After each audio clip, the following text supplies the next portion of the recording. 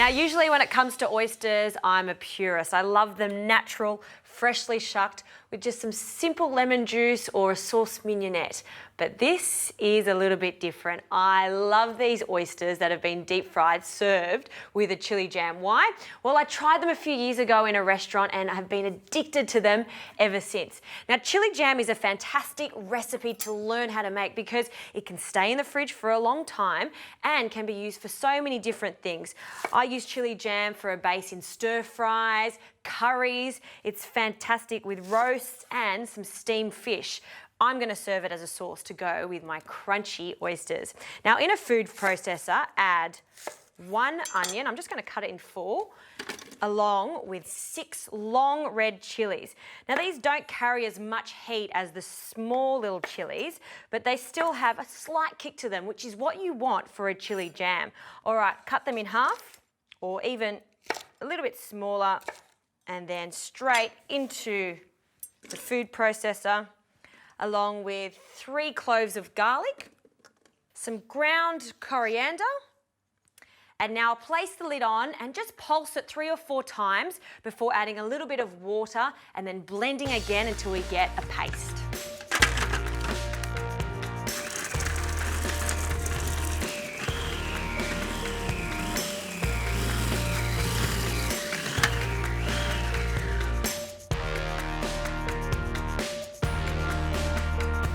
And now we can add the sugar. Now you need 2 cups of sugar for this. It is jam after all, along with a few other flavours just to balance the whole thing out.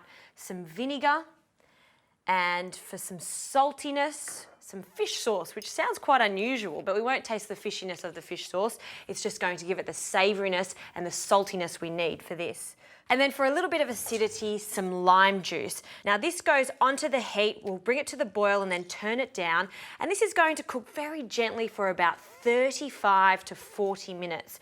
Now you know the jam is ready when it's really sticky, glossy. And what I'll do is test it on a plate.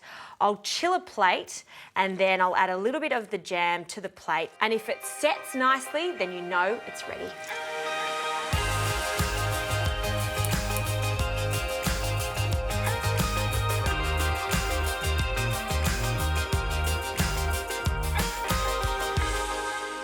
Now this chili jam is cooked. I've just turned it off and have a look how glossy it is. This is exactly how it should be. And I like that it's a little bit chunky too. Now let's get on to the hero of this dish, which is the oysters in Kataifi. This is a fantastic pastry to use if you're looking for texture in a dish. So you don't have to be as delicate as you think with it. It's quite pliable. So when you take it out of the pack, just bring it to room temperature and you can rip it apart and use clumps of it at a time. Now what I want is about 6 or 7 long pieces, so just stretch it out. Now all we need to do is add the oysters. Now you can use rock oysters if you like, they're much smaller than the Pacific oysters. For this recipe, I like to use the bigger oysters, so the Pacific oysters, so we can really taste it after they're cooked. Place the little oyster onto the Kataifi.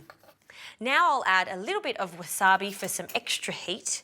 And then all we need to do is wrap it. Now, usually when I'm working with Kataifi, I place it into the oven and use butter, but not in this case because we're going to deep fry these oysters. Now, if you've got too much of the Kataifi, you can simply cut it and we can use that for the next oyster. So wrap it up tightly, give it a little bit of a trim. And that's the first one done. So now all we need to do is place them in the oil. Now the oil should be at 180 degrees and you'll know they're cooked because they'll go golden brown and crispy, but keep an eye on them because they can burn quite fast. So in they go.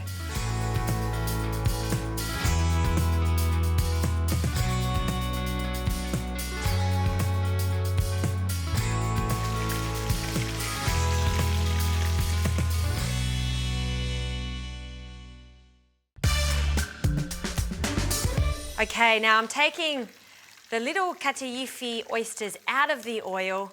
It's crispy, it's golden, it's exactly how it should be. Now to present these, I'm placing them back in the shell. And you can see they're a little bit wobbly on the plate. So the best way to make sure that they stay nice and stable is to place a little bit of salt on the presentation plate.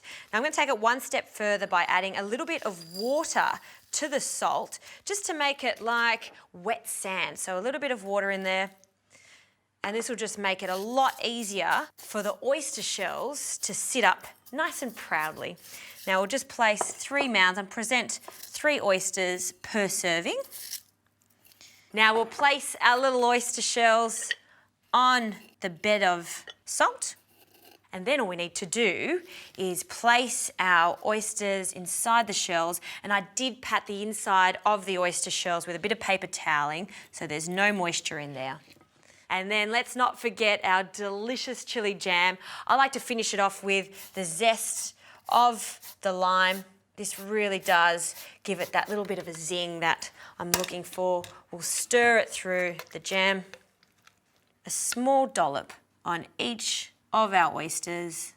And just because I'm really showing off with this oyster recipe, I'm going to take it to the next level with a few little micro herbs. This is baby shisho. The flavour of the shisho is fantastic with these prawns.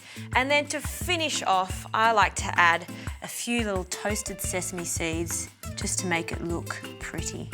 You know what, oysters a la naturale are fantastic. I love them. But this is an exception to the rule when it comes to cooked oysters. If you're an oyster lover, you are going to love this recipe.